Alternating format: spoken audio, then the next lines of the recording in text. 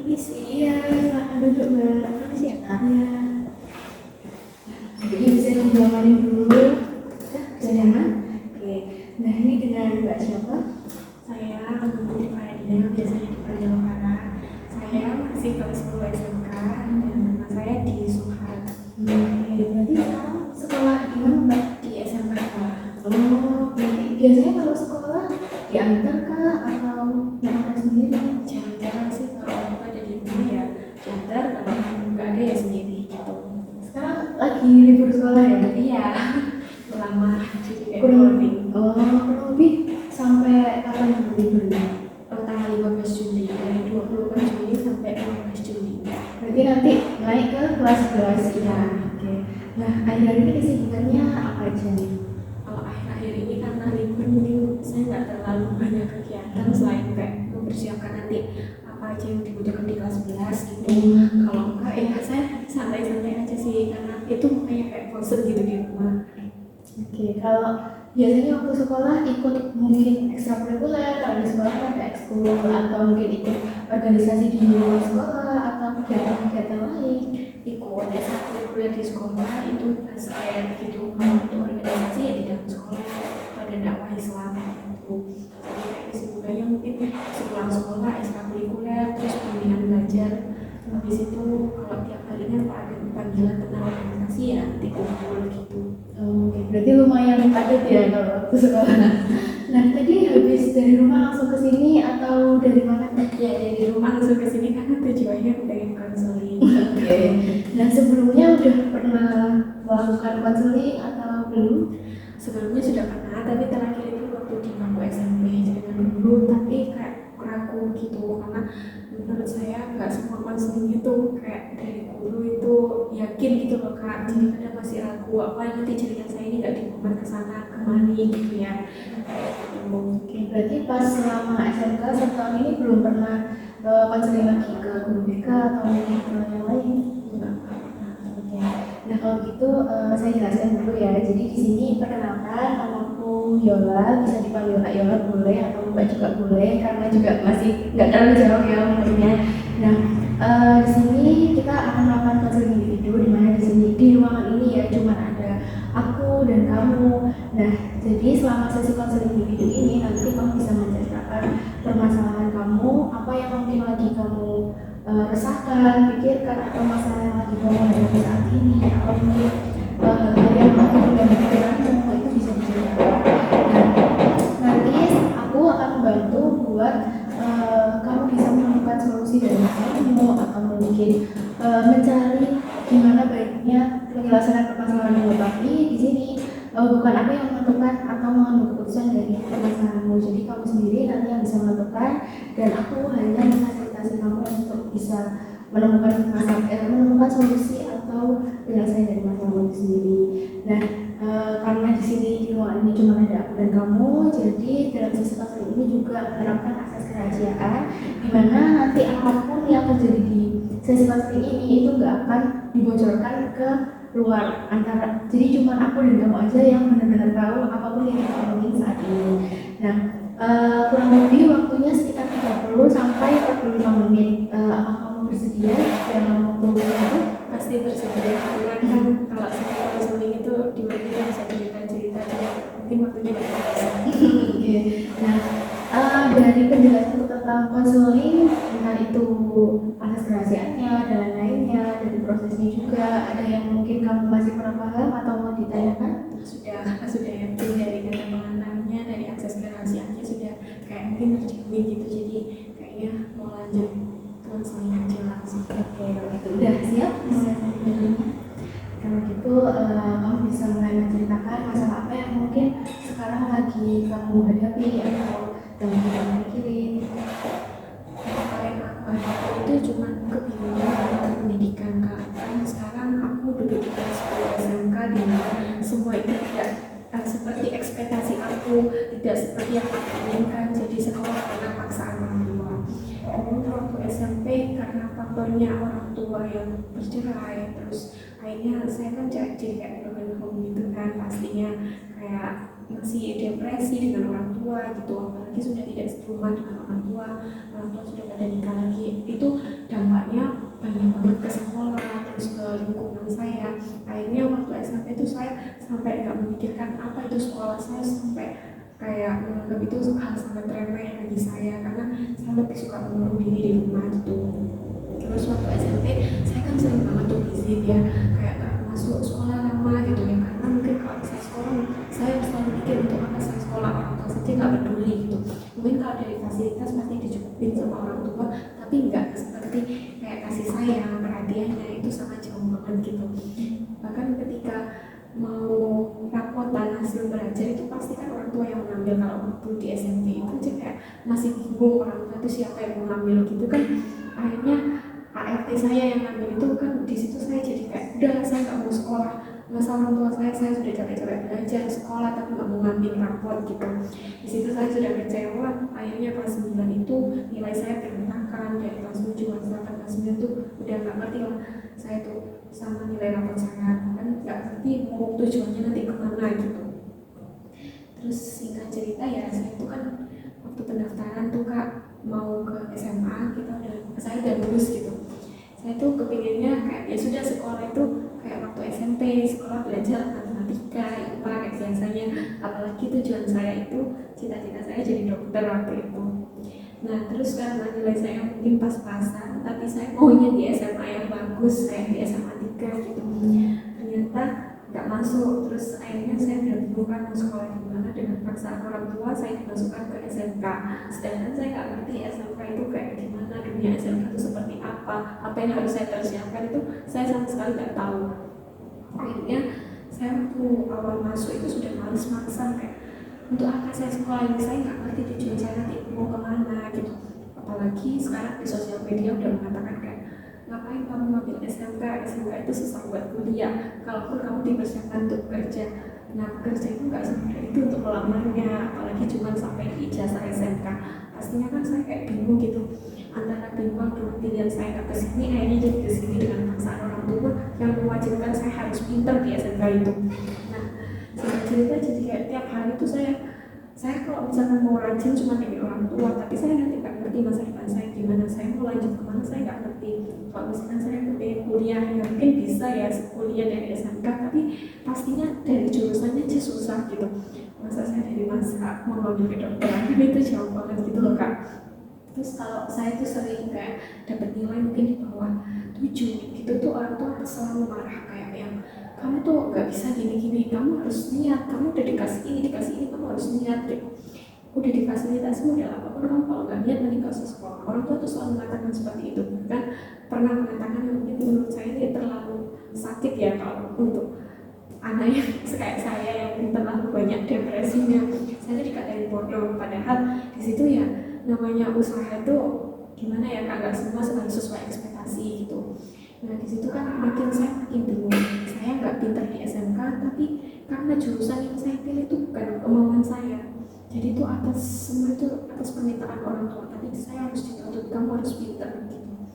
Nah waktu kelas 10 ya awal-awal kemarin waktu kelas 10 saya sempat kayak males sekolah, males kerjain tugas, karena saya nggak ngerti apa dasarnya masak atau apa itu, saya nggak ngerti karena bukan itu jurusan yang saya minati. Terus saya itu selalu tanya-tanya ke orang tua, gimana nanti masa depan saya kalau misalkan saya nggak bisa kuliah, terus nanti gimana kalau saya susah dapat kerja. Sekarang itu di Indonesia tuh pasti nyarinya orang yang berpendidikan tinggi kalau dunia bekerja. Orang tua saya cuma menjawab, ya itu nanti terserah orang tua, nanti bisa aja nanti papa yang carikan kerjanya, ataupun kamu nanti melamar sendiri, yang penting lulus dulu gitu. Walaupun gitu kan sekarang tuh makin banyak perbandingan, apalagi waktu di SMP itu teman saya kan banyak yang SMA gitu ya Kak.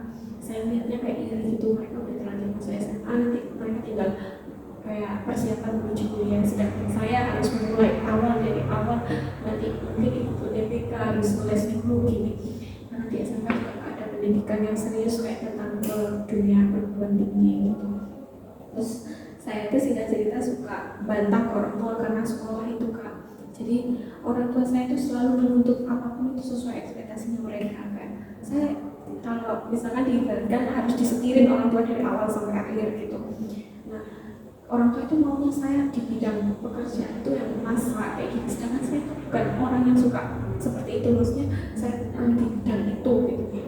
Terus kayak saya itu selalu minder gitu loh, intinya dengan saya yang SMK, saudara-saudara saya itu berpendidikan ini semua ya, minimal mereka kuliah gitu. Sedangkan saya masuk SMK tiap hari raya, pasti saya diremehkan, ngapain ngambil SMK, kamu mau cari apa, kamu memangnya mau bekerja di mana nanti lulus gitu. Sering berjalannya waktu diremehin kayak gitu tuh makin kayak malas sekolah, terus bingung mau ngapain. Kalau di sekolah ya udah nyari nilai cuma demi orang tua, bukan untuk diri saya sendiri gitu. Terus saya kalau misalkan lagi diem-diem di rumah gitu, pasti mikirnya nanti masa depan saya bagaimana gitu. Nah, orang tua itu nggak pernah mau ngerti apa yang saya alami, kayak nanti saya kalau SMK tuh kayak gini, orang tua tuh nggak mau tahu, yang penting kamu dapat nilai rapor yang bagus sudah cukup gitu. Nah, kan kayak dari pertemanan dari SMK SMA itu juga beda gitu loh. Ya mungkin saya di sini bilang kalau SMK kayak lebih nakal dibandingkan anak SMA. Ya sebenarnya tergantung sekolahnya juga sih. Cuma yang saya alami ya seperti itu, kadang banyak teman-teman yang toksik kayak gitu. Jadi semakin udah capek mikir nanti gimana, udah salah sekolah, temannya pun seperti itu. Jadi makin kayak males banget mau sekolah, sampai kadang tuh nyibukin dirinya tuh waktu pelajaran aja tuh sering ke kamar mandi, terus ataupun kadang sering gak masuk sekolah, cuma ngumpulin tugas. Dengan di SMA juga seperti itu, kayak pendidikannya saya bingung banget nanti gimana masa depan saya, kok saya masih terus-terusan seperti ini, saya masih bimbang saya sekolah atau enggak gitu. Karena saya sempat ada pikiran bilang saya nggak mau sekolah karena orang tua harus memaksa seperti itu, tapi maunya saya juga nggak seperti itu. Terus kayak berbeda pendapat sama orang tua itu susah gitu loh. Nanti kalau misalkan kita bantah dibilang nggak sopan, nggak beretika gitu. Kalau misalkan nggak dibantah juga nggak mau gitu. Kayak memang egonya orang tua saya itu lebih dari itu. Jadi menuntut anaknya tuh sesuai apa yang dia mau, tapi nggak pernah mau ngerti keadaan anak itu seperti apa gitu kan. Terus kalau misalkan saya bilang kayak saya tuh capek sekolah, saya nggak ngerti masa itu ngapain, saya nggak ngerti nanti mau kerja di mana, pasti jawabannya cuma ikutin dulu alurnya, kamu kerja dulu seperti ini, seperti kayak banyak sekali jawaban mereka, alasan mereka yang nanti saya harus pintar, saya harus rajin sekolah dengan sekolah yang bukan saya mau gitu.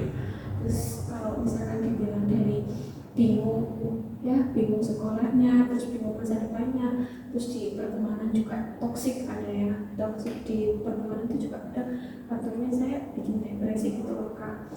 Karena saya ada masalah misalnya dengan teman, saya nggak suka dengan teman, mungkin saya nggak bisa memaksa ya sama teman itu, kayak saya harus sama ini kan biasanya campur aduk gitu. Terus nanti kalau di sekolah ada masalah dengan teman, terus mati di rumah bingung lagi, overthinking tentang sekolah, overthinking juga orang tua, nanti masa depannya gimana. Jadi kayak makin nggak ngerti kayak hidup ini ngapain sih gitu. Sampai saya tuh pernah ikut kayak namanya Fast Charging itu dari program SMK-nya sih. Di situ programnya itu kayak menjelaskan tujuan hidup itu seperti ini, seperti ini. Sampai itu tuh saya ikutin dari awal sampai akhir, tetap nggak ngaruh bagi saya. Karena aku terlanjur saya pilih sekolah yang salah, terus saya terlalu nurut dengan orang tua, ataupun kalau misalkan orang tua saya itu kayak gimana ya, kalau maksa ya saya mungkin masih bisa nurutin, tapi kalau misalkan ditanya solusi mereka nggak mau jawab. Jadi saya kan apalagi saya anak tunggal ya, saya bingung mau bercerita itu kemana. Kalau misalkan cerita ke teman ya temannya seperti itu kayak toxic, terus nanti belum tentu dia keep it di dia sendiri, pastinya nanti bercerita ke sini kemana. Terus saya kan akhirnya lebih banyak memendam itu gitu loh Kak. Terus saya pernah sempat konseling itu ke psikiater yang di kayak online gitu, kita bayar gitu. Nah menurut saya itu memang ngaruh, tapi kayak di situ makin ditakut-takutin kayak nanti mental kamu kayak gini kayak nanti harus kayak disendirikan biar mentalnya pulih lagi kayak gitu kan, makin takut makin resah gitu. Jadinya saya sering bercerita ke RT saya itu, Mbak nanti masa depan saya gimana ya, kalau misalkan saya nggak jadi orang yang sukses gimana, nanti orang tua saya gimana nanggung malunya gitu. Terus Mbak RT saya cuma bilang ya sudah dijalanin aja, karena mungkin nggak ngerti ya mau bilang kayak gimana gitu.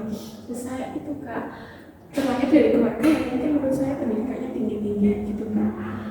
Keluarga saya tuh orangnya paling suka meremehkan Jadi nggak bisa kayak support, mungkin ada tante saya gitu ya, nggak bisa support saya di bidang saya ini, jadi malah dia nakut-nakutin. Di situ kan makin makin kayak masalah itu makin nambah lagi. Hari raya aja mereka mungkin masih bahas, ngapain ngambil ini, ngapain kayak gini gitu. Seharusnya kan kayak mungkin ada support, ada salah satu yang support gitu, sayang sekali ya. Makanya di situ saya tuh udah bingung mau sekolah, males gitu, nanti ketemu temen yang kayak gitu-gitu lagi gitu. Terus nanti sekolah yang belajarnya yang bikin males, nanti masa saya nggak bisa gitu. Terus tapi harus orang tua harus untuk pinter, harus untuk ini gitu kan. Terus kalau misalkan saya dari sekolah itu salah satu, mungkin ada teman saya yang masih enak atau nggak toksik, atau saya punya circle itu masih ada pendorongnya kayak saya buat semangat sekolah gitu kan. Cuman ya nggak semua gitu. Dan kalau kayak di kelas itu kan circle semua ya. Ya mungkin saya masih punya circle, cuman kadang itu males, gak semua kayak yang saya impikan gitu kan. Ngeliat orang di masa SMA-nya seru banget, nah kita di masa SMK-nya kita cuma tidur-tiduran doang. Kadang kita nggak ngerti mau ngapain, terus habis itu kita disuruh masak, seharusnya kita nggak ngerti apa itu harus ngapain gitu kan. Terus kalau misalkan saya itu gini, ada kegiatan di sekolah gitu ya, ayah saya tuh bilang, ya bagus dong kamu punya kegiatan, ya cuma tidur-tiduran di rumah gitu. Yang mereka lihat seperti itu kan Kak.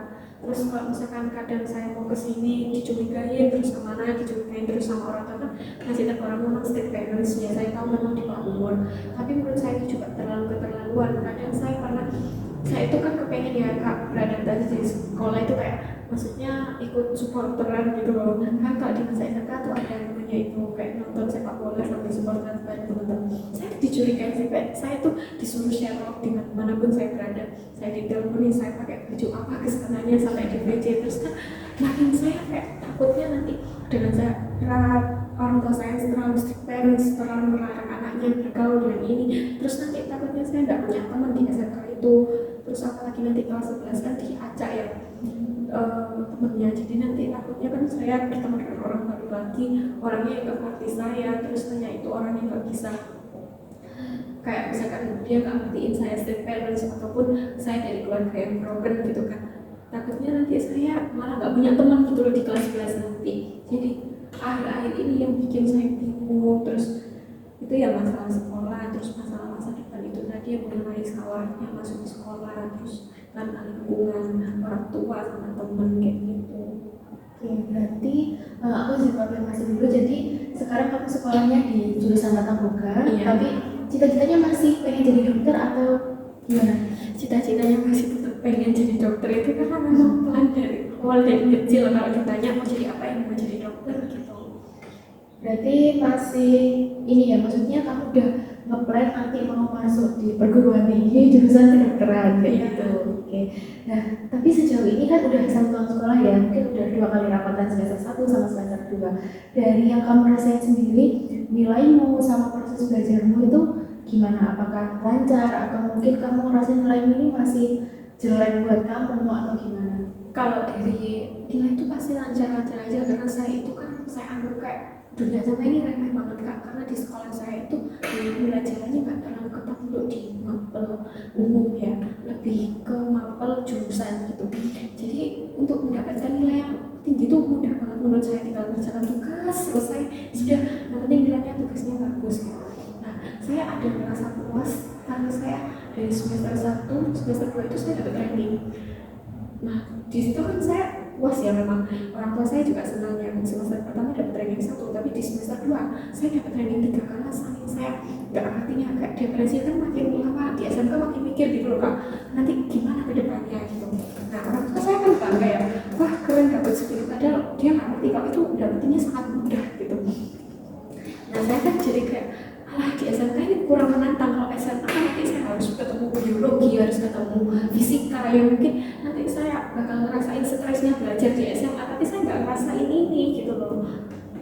Kalau dari segi belajarnya sih gampang-gampang aja, terus kayak luas dengan nilai cukup ya itu tadi sih. Kalau dari awal cita-citanya dokter, masuknya di sekolah yang salah. Oke, tapi kamu udah pernah bilang ke orang tua kalau aku sebenarnya pengen jadi dokter kayak gitu, atau mungkin mengutarakan lah planmu ke depannya itu kayak gimana? sudah pernah. Bahkan dari kecil saya kalau ditanya cita-citanya apa, dia mau jadi dokter, orang tua sudah pernah support saya mau jadi dokter karena saya punya saudara tapi bukan di pendidikan dokter, itu perawat gitu kan, masih 11-12 gitu kan dengan dokter. Di situ akhirnya saya tuh nggak disetujui lah sama orang tua saya di bidang dokter itu, karena nanti kuliahnya susah itu, kamu orang tua tuh nggak yakin dengan saya kalau saya ini bisa gitu loh Kak. Oke, nanti daripada buang-buang uang nanti kuliah mahal-mahal tapi kalau nggak jadi dokter percuma gitu. Terus akhirnya waktu ya sudah, kayak orang tua saya tuh nggak mau mengusahakan saya di sekolah pun di SMA swasta atau apa, nggak mau, yang penting ya sudah kalau nggak bisa masuk SMA negeri SMK aja gitu. Nah, tadi kan kamu bilang kalau sebenarnya dari segi belajar terus dapat nilai yang bagus itu gampang kan. Nah, tapi di perasaan sendiri kamu jadinya kurang suka ya tadi. Dan selama kamu belajar ini berarti kamu merasa motivasi belajarmu itu semakin kesini semakin menurun kah? Atau mungkin ada hal yang bikin motivasimu lebih meningkat itu pas apa?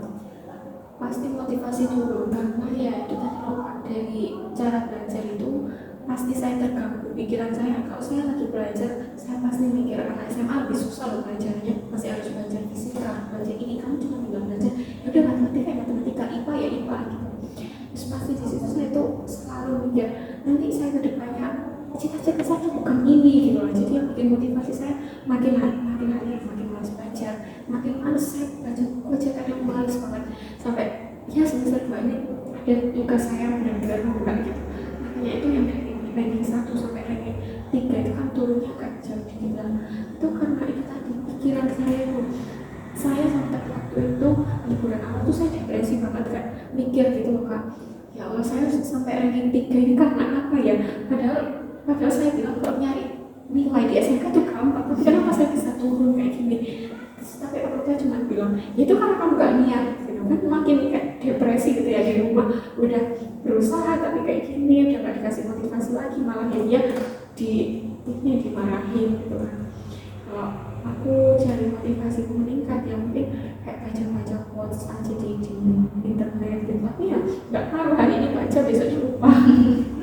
Oke, nah sebelum sesi konseling ini, sebelum kita ketemu ini, kamu kan kayak yang ada tugas, terus jadinya kayak males kan buat sekolah. Tapi di saat jasa tahun sekolah ini lah di SMK ini, kamu pernah nggak udah ada perubahan gitu, tapi mungkin balik lagi atau gimana? Ya perubahannya, kalau dulu waktu semester 1 saya kan belum terlalu mikir ya masa depan. Di semester 1 tuh belum terlalu ketemu dengan mata-mata jurusan, masih umum kayak matematika, IPA, bahasa Indonesia. Di situ saya rajin kan, dimana saya belajarnya 2 kali, dari belajar di sekolah, belajar di rumah, sama di bimbel gitu. Nah tapi yang makin hari makin berubah itu karena makin tahu oh ternyata SMK itu lebih ke dunia kerja gitu. Terus di situ kan karena kan dari awal nggak tahu ya kayak SMK tuh apa gitu. Terus habis itu di situ makin malas belajarnya. Terus saya tuh sering tiba-tiba malas buat masuk bimbel, sedangkan itu tiap harinya bayar gitu loh. Tapi saya nggak mau masuk karena apa? Itu pikiran saya itu loh yang bikin tiba-tiba kayak gitu. Jadi kalau dari perharinya tuh makin turun bukan makin naik. Kalau orang kan dari ranking 1 terus dia harus cari cara lagi biar itu bertahan di satu. Saya nggak marahin dia turun karena udahlah saya ngapain terlalu mikirin ranking, karena ini buat kerja bukan buat kuliah gitu. Berarti sejauh ini masih belum ya ada perubahan dari semester 1 ke semester 2. Nah, dari masalah yang kamu ceritain terkait kayak kamu jadi motivasinya menurun karena kamu nggak tahu sekolah ini mau dibawa kemana gitu. Nah, dari sisi konseling apa sih tujuan yang pengen kamu capai gitu nantinya setelah sesi konseling ini, kamu harapan kamu apa? Kamu pengen gimana? Aku harapannya itu dari konseling dari Kak Yola itu mungkin nanti bisa terpakai untuk aku, dikasih motivasi belajarnya, terus nanti dikasih tahu nanti depannya kayak gimana kan. Ya kalau misalkan aku dari konseling aja itu menurut aku udah cukup benar, karena aku bisa cerita gitu kan.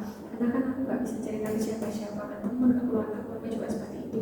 Jadi dari aku konseling biasa kayak gini aja udah kayak bersyukur banget gitu. Apalagi nanti kalau dikasih motivasi atau apa kan, mungkin siapa tahu itu bisa kepake untuk aku ke depannya.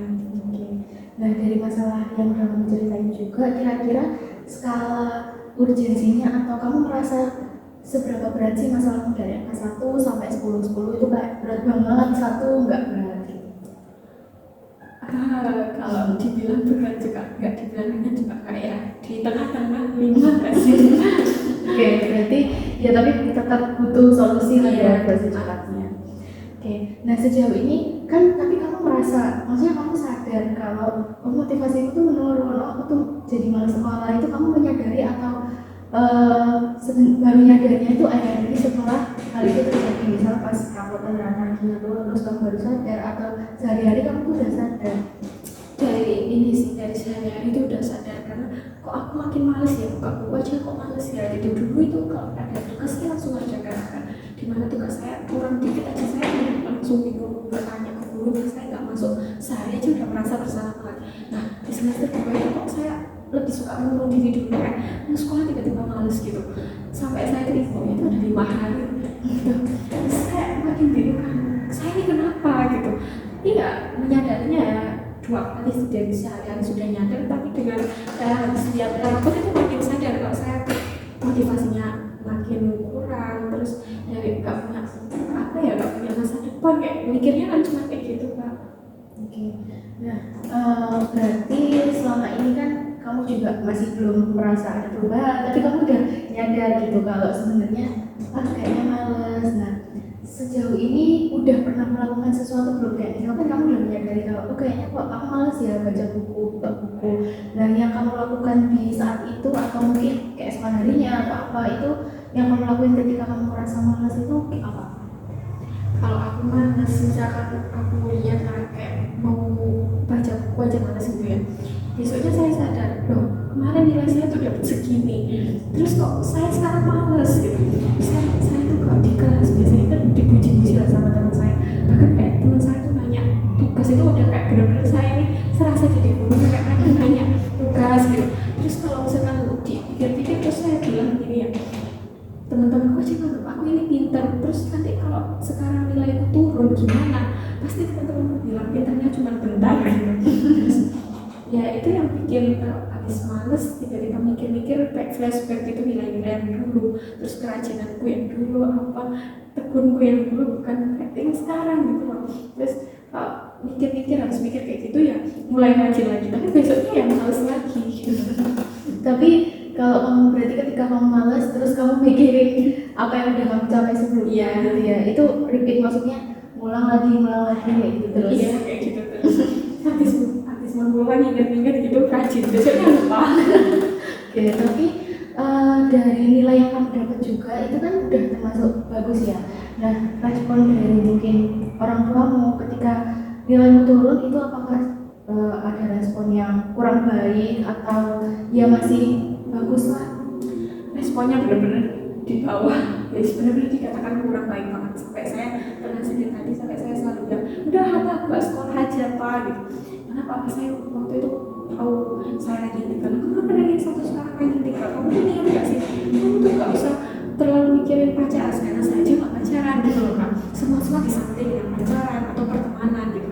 Terus malah waktu saya bilang, makanya kalau cari circle tuh yang pintar-pintar, jangan cari circle orang yang bodoh-bodoh, makanya kamu ikutan bodoh gitu. Sedangkan mereka nggak ngerti dunia circle saya seperti apa di sekolah gitu kan. Terus saya dimaki-maki kan, apa sampai dapat nilai bahkan segini-segini, kamu ngapain aja di sekolah, kamu tuh lihat gak sih gitu. Itu menurut saya juga kurang baik menurut saya. Kalau dipikir-pikir masih ada loh teman saya di bawah itu nilainya gitu, tapi bapak saya nggak bisa, maksudnya mensyukuri anaknya dapat nilai segini, nggak bisa, malah yang ada ngejek-ngejek saya, terus kayak gimana nilai segini mau buat apa gitu, nilainya bapak segini dulu, bapak itu pintar dibandingkan dengan dia yang dulu seperti apa kan. Menurut saya dulu aja beda dengan sekarang pendidikannya. Iya. Nah, jadi dari permasalahan itu tadi kita fokus ke solusi dari masalahnya, karena kan kamu merasa kayak motivasi menurun, akhirnya takutnya nanti ngaruh ke pembelajaran yang semester selanjutnya, apalagi sekarang udah mau semester mau kelas 11 gitu kan. Nah dari apa yang udah kamu lakukan selain tadi kan, misal kamu waktu males kamu mikir apa yang udah dicapai sebelumnya, ada nggak sih hal lain yang kamu lakuin? Misal kayak misal kamu merasa males, kamu akhirnya belajar sama temenmu, atau mungkin cari cara belajar yang baru atau gimana? Enggak sih, kalau untuk cari cara belajar itu saya belajar yang dulu kayak yaudah saya pulang sekolah bimbel terus nanti kalau ada tugas yang saya kerjain udah seperti itu aja, tapi kalau udah males ya saya nggak ngelakuin itu sama sekali, bahkan saya nggak kepikiran untuk cari cara belajar lagi gitu kak, karena mungkin saking saya depresinya ya di rumah itu kayak udahlah terserah mau nggak kerjain tugas mau ini yang penting nanti saya tetap masuk aja gitu. Bahkan saya tuh masuk sekolah tuh pernah nggak bawa buku sama sekali karena saking malesnya gitu ya buat sekolah, sampai saya tuh ditanya kamu serius nggak bawa buku, karena mungkin temen saya kayak shock ya, dulunya saya ngamis banget sekarang tiba-tiba saya kayak gini gitu. Terus saya sampai bilang kamu yakin kamu nggak bawa buku, kamu nggak kerjain tugas, tapi dengan saya bilang enggak gitu. Harusnya kan kalau saya udah nyadar itu kan saya cari cara belajar lagi gitu, saya enggak kayak udah ya udah kalau males ya males gitu. Oke, nah dari kamu yang apa ya udah melakukan, berarti sejauh ini cuman yang mengingat-ingat apa yang sudah dicapai sebelumnya, nggak ada hal lain yang mungkin pernah kamu lakukan? Enggak gitu. Oke, nah kalau gitu kan kita kan fokus ke solusi. Nah, kamu ada nggak sih saat-saat gimana kamu tuh merasa nggak males gitu? Misalnya, karena kan ada anak yang nggak males itu waktu pas mau ujian. Nah, kamu ini ngerasa nggak males atau mungkin motivasimu meningkat banget, kamu jadi rajin belajar banget, itu tuh di waktu apa sih, di momen apa, atau mungkin pas kapan? Kalau saya itu rajinnya ya ketika di sekolah doang sih. Kayak misalnya dulu ya, ada guru pasti saya aktif banget untuk jawab pertanyaan atau apa. Bahkan waktu itu kan ada kayak dari mahasiswa itu dari luar negeri gitu kalau nggak salah. Jadi di situ kayak kita bertanya-tanya pakai bahasa Inggris, di situ saya aktif banget sampai teman-teman saya tuh muji saya tuh belajarnya pakai cara apa sih kok saya bisa kayak gini. Tapi kalau misalkan saya inget-inget omongan teman saya kayak gitu, saya rajin banget. Iya, saya pernah dipuji teman saya kayak gini, saya harus lebih rajin dari kemarin. Tapi kalau udah nggak inget omongan gitu kayak di rumah gitu ya, lagi sendiri gitu mau belajar ya males, kalau gue aja males. Nanti kalau di sekolah inget omongannya teman kayak gitu tuh langsung aduh di sekolah udah sibuk belajar, sedangkan itu waktu istirahat kayak teman-teman saya pada ke kantin saya sibuk belajar gitu kan. Tapi kalau misalkan di rumah ketika nggak ingat apa-apa apa yang udah saya capai ya sudah saya males banget. Berarti balik lagi ya ketika kamu ingat apa yang udah kamu capai sebelumnya gitu ya. Iya. Entah itu motivasinya meningkat ataupun kamu jadi nggak males gitu ya, itu waktu ingat apa yang udah kamu capai. Nah, sebelumnya di SMP atau mungkin waktu sebelumnya itu juga apa prestasimu atau mungkin ya belajarmu lah stabil kah, atau baru-baru ini aja yang merasa kayak menurun karena kamu merasa salah jurusan? Iya, kalau dari SD, pendidikan saya dari SD, dari kelas 1 sampai kelas 6 saya selalu dapat terima, bahkan saya dapat beasiswa waktu itu dari pabriknya mama. Nah, di SMP kan saya sudah mulai kayak orang tua bisa cerai, itu di situ udah nggak ngerti lagi masa depan saya, sudah mulai di situ. Maksudnya saya udah nggak bisa belajar yang stabil karena depresi itu sampai SMP ini. Cuman kalau di SMK saya masih bisa menahan itu karena saya itu punya circle, maksudnya saya punya teman-teman yang bisa saya banggakan kalau sekolah gitu loh. Maksudnya saya kadang alasan saya buat sekolah ya ketemu teman-teman saya untuk melupakan masalah saya gitu kan. Kalau di SMP kan kita udah didaring di sesi, saya bahkan nggak punya circle kan di SMP. Jadi kalau di SMP saya udah nggak peduli sama diri saya. Kalau di SMP saya masih peduli karena masih punya teman gitu loh. Ya, aku paham banget gimana yang kamu rasain. Emang kadang kan ya kita sebagai pelajar ataupun bahkan mahasiswa juga ya manusia lah, wajar kadang motivasi meningkat, menurun, apalagi juga faktor utamanya tadi karena kamu nggak cocok gitu kan sama jurusanmu, tapi kamu masih kekeh buat masuk ke kedokteran gitu. Nah, dari kamu sendiri, menurutmu kan kita tadi udah cerita nih, menurutmu apa sih yang bisa kamu lakukan ke depannya gitu buat motivasimu meningkat atau biar kamu gak males lagi, selain apa yang udah kamu lakukan tadi, kayak kamu ingat pencapaianmu sebelumnya, misal kamu kepikiran buat pakai gaya belajar baru. Nah, sejauh ini kan kamu belajarnya dari bimbel, masih dari bimbel? Iya. Nah, pernah belajar sama teman mungkin atau lewat video atau apa gitu? Kalau saya belajar dari teman, nggak pernah belajar sama teman. Teman saya ya itu jauh berbeda sekali dengan saya.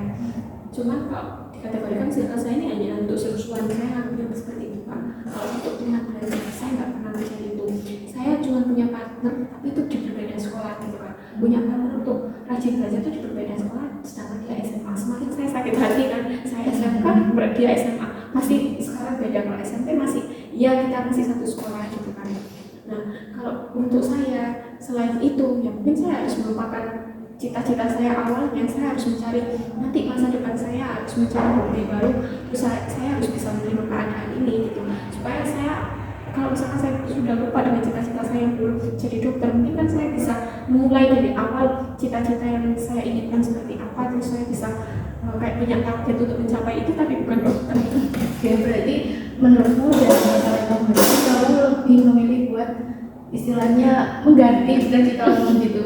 Berarti kalau misalnya dari tata boga gitu kurang lebih nanti prospek kerjanya atau lingkup kerjanya itu di lingkungan yang seperti apa sih, maksudnya pekerjaan yang jenisnya itu apa aja? Seperti waiter, terus barista, terus sama kayak kerjanya di hotel gitu sih Kak. Tapi kalau mungkin saya harus mengganti cita-cita saya dari dokter ke yang lain, itu mungkin saya pengennya ikut Ausbildung yang pembelajaran untuk persiapan kerja di luar negeri itu loh Kak.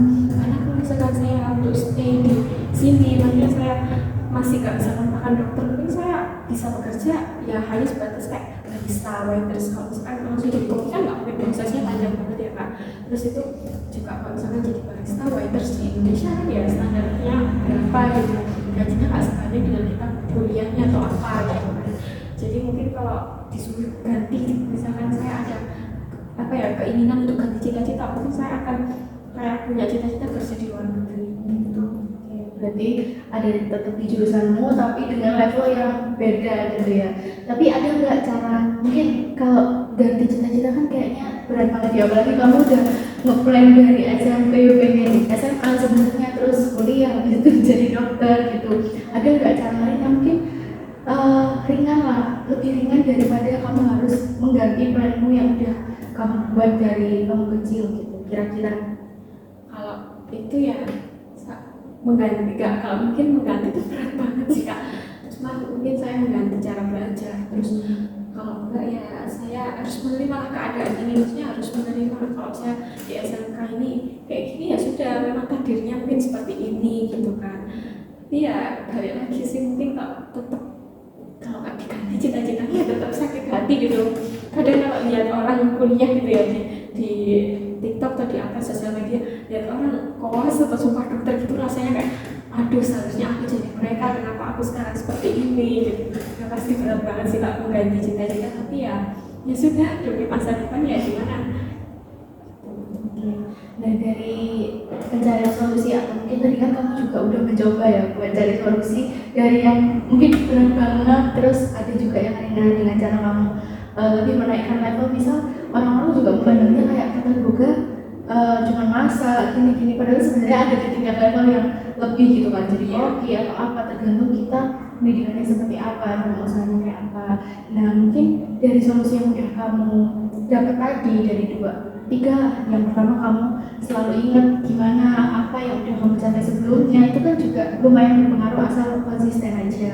Terus juga kalau mengganti cita-cita kayaknya terlalu berat juga, kamu kan juga merasa terlalu berat ya karena sebenarnya masih pengen di kedokteran. Nah dari aku mungkin kalau mengganti cita-cita itu aku paham banget rasanya kalau kita udah nge-plan sesuatu, pengen kerja ini, pengen nanti jadi ini, terus tiba-tiba berubah, itu susah.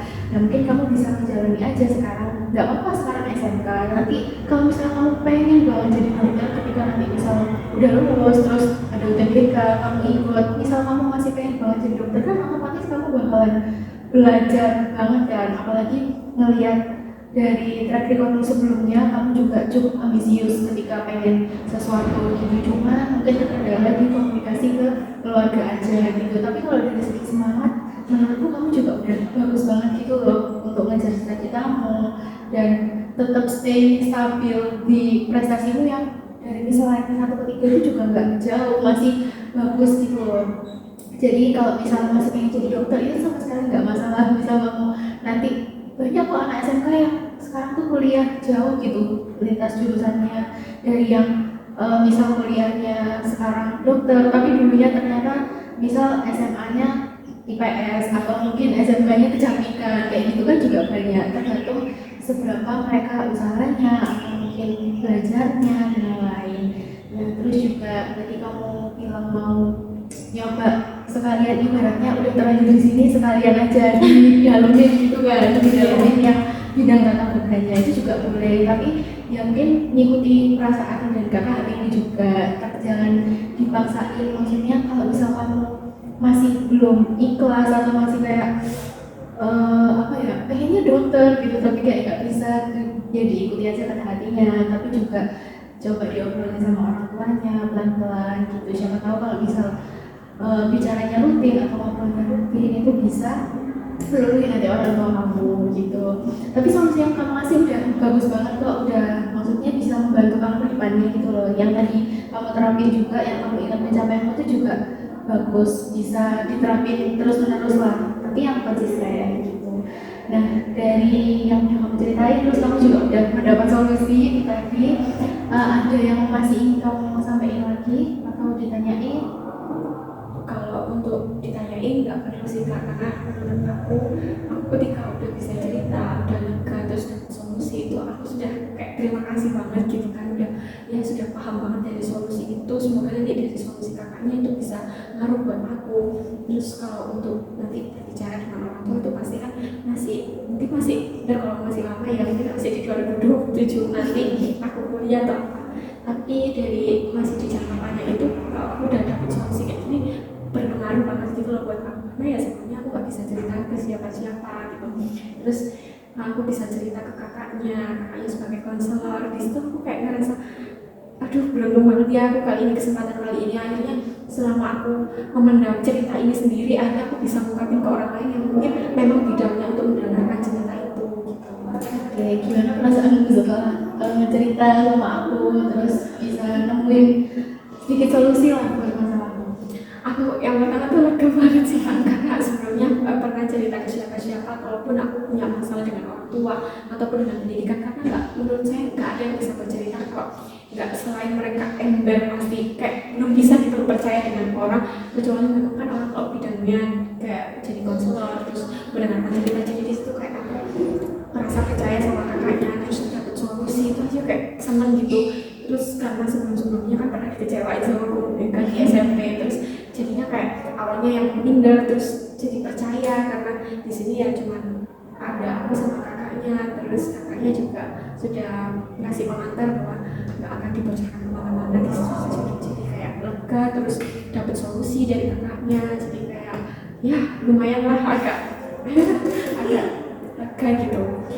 Mungkin ya tinggal akunya aja mempertimbangkan dari solusi kakaknya. Oke, nah karena tadi kita udah bercerita banyak ya, terus saling sharing juga gimana masalah yang kamu hadapin, terus udah menemukan solusi juga, tinggal nanti kamu bisa memilah lagi lah, gak harus yang solusi yang kita dapetin sekarang itu vakum kamu lakuin gitu, kamu mungkin bisa menemukan solusi-solusi lain nanti di kemudian hari gitu.